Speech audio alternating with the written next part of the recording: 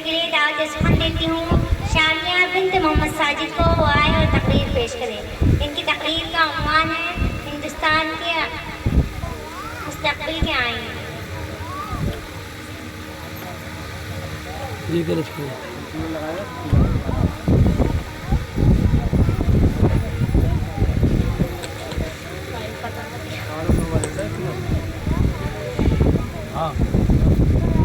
अस्सलामु अलैकुम वरहमतुल्लाहि वबरकातुहू।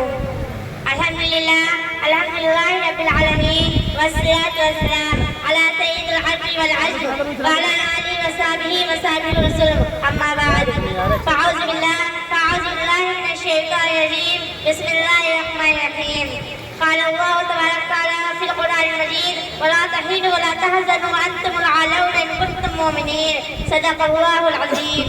सोती हुई कौमें जाग उठी बेदार मुसलमान सोता है, सोती हुई कौमें जाग उठी बेदार मुसलमान सोता है, ये हमारे कलम अब मोमिन में जज्बा ईमान सोता है।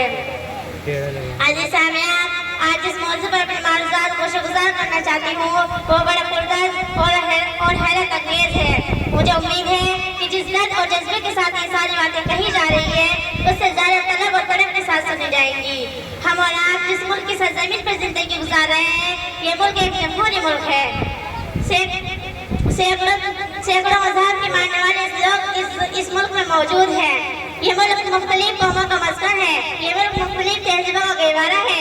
ये वही मुल्क है जहाँ से 1000 साल तक मुसलमानों ने हुकूमत की थी। इस मुल्क में मुसलमानों का रोब और दबदबा था, लेकिन अफसोस कि आज मुसलमान इन तमाम हुकूक से महरूम है। आज मुसलमानों को इंकार की नजरों से देखा जा रहा है। आज मुसलमानों को एक कमजोर ताकत समझा जा रहा है। आज मुसलमानों का खून बहा जा रहा है। आज मुसलमानों को जोर जफा और जुल्म और सितम के पहाड़ों में तोड़ा जा रहा है। आज मुसलमानों पर बेदरी चक्की और फितना फसाद की चक्की में पीसा जा रहा है। ये थे हिंदुस्तानी मुसलमानों के मौजूदा हालात। अब हमारे सामने सवाल पैदा होता है कि मुसलमानों का मुस्तकबिल यूं ही रहेगा। ये सवाल पर हकीकत एक अरसा दराज से हर हिंदुस्तानी के दिलों से हट गूंज रहा है। हमारे हिंदुस्तान जिन नागुफ्ता हालात से गुजर रहा है, इसमें हम में से किसी पर मुख्फी नहीं है। आज हम ऐसे हालात और हवादिस से दो चार हैं जिनके जिक्र से कलेजा मुंह को आता है। हिंदुस्तान जो कभी तेजी और तमद्दुन का गहवारा, जमहूरियत की कायम खबरदार वरना सलामती का मरकज था, आज फिर परस्ती और तकनज़री बेजा तासीर की आग में सुलग रहा है। बिलखुसूस जिससे मुसलमानों के मुस्तकबिल पर सवाल निशान लग गया। इन अहवाल के बजाय जो भी असबाब हो, इससे पहले अपनी बात का मुहासिबा करना चाहिए और इससे पहले अपनी बात का मुहासिबा करना चाहिए कि वो क्या असबाब हो सकते हैं जिसकी बिना पर हमें ये मसाइल दरपेश आए। अज़ीज़ सामियान, आप थोड़ी देर के लिए अपने ज़हन को मैदान बदर की तरफ ले चलें। तारीख़ गवाह है कि मैदान बदर में मुसलमानों को कामयाबी हासिल हुई, वो सिर्फ इस वजह से कि उनका रिश्ता अल्लाह और उसके रसूल से इंतहाई मुस्तहकम और मजबूत था।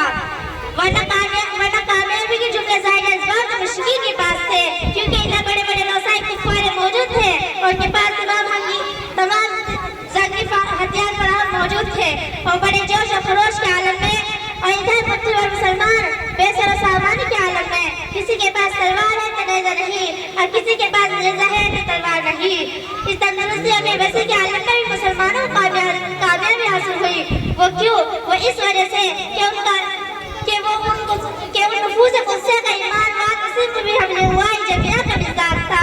उनकी जिंदगी तालीमात रसूल के मुताबिक थी। अज़ीज़ सामियान, आप गौर करें, अब आप पूरी दुनिया का जायजा लें। ऐसा कौन सा मुल्क है जहाँ मुसलमानों पर जोर जफा जुल्म और सितम के पहाड़ नहीं तोड़े जा रहे हैं? From America to Australia, from Africa to Britain, from Iran to Iraq, from Algeria to Chechnya, from Russia to Palestine, from Albania to Indonesia. America से लेकर ऑस्ट्रेलिया तक, अफ्रीका से लेकर ब्रिटेन तक, ईरान से लेकर इराक तक, अल्जीरिया से लेकर चेचेनिया तक, रूस से लेकर फिलिस्तीन तक, अल्बानिया से लेकर इंडोनेशिया तक। गर्ज ये है कि कोई खता, कोई मुल्क ऐसा नहीं जहाँ मुसलमानों को बेदरी चक्कियों में न पीसा जा रहा हो।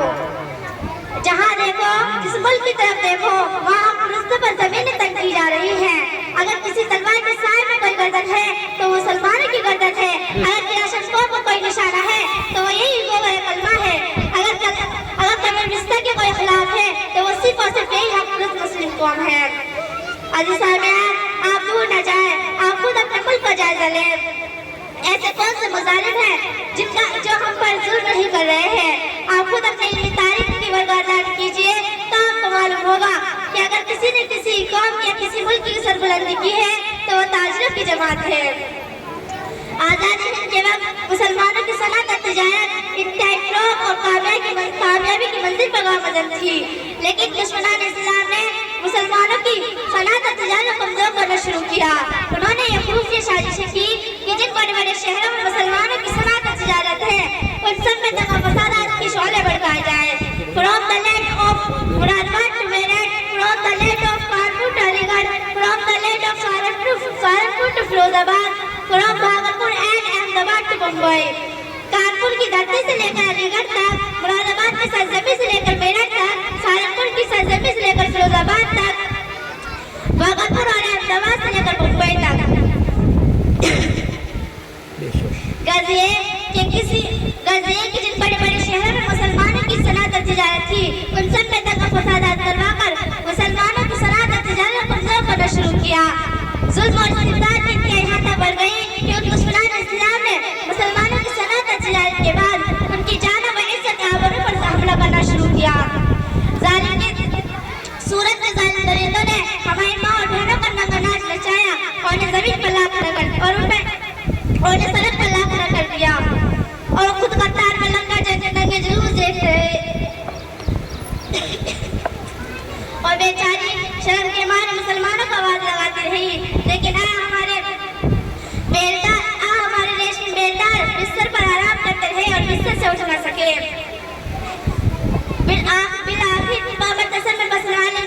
उन दुश्मनान इस्लाम ने वहाँ की सैकड़ों औरतों के फसाने तलाश कर नौजवानों के सर कलम करके लाहौर जा रही ट्रेनों पर रख दिए।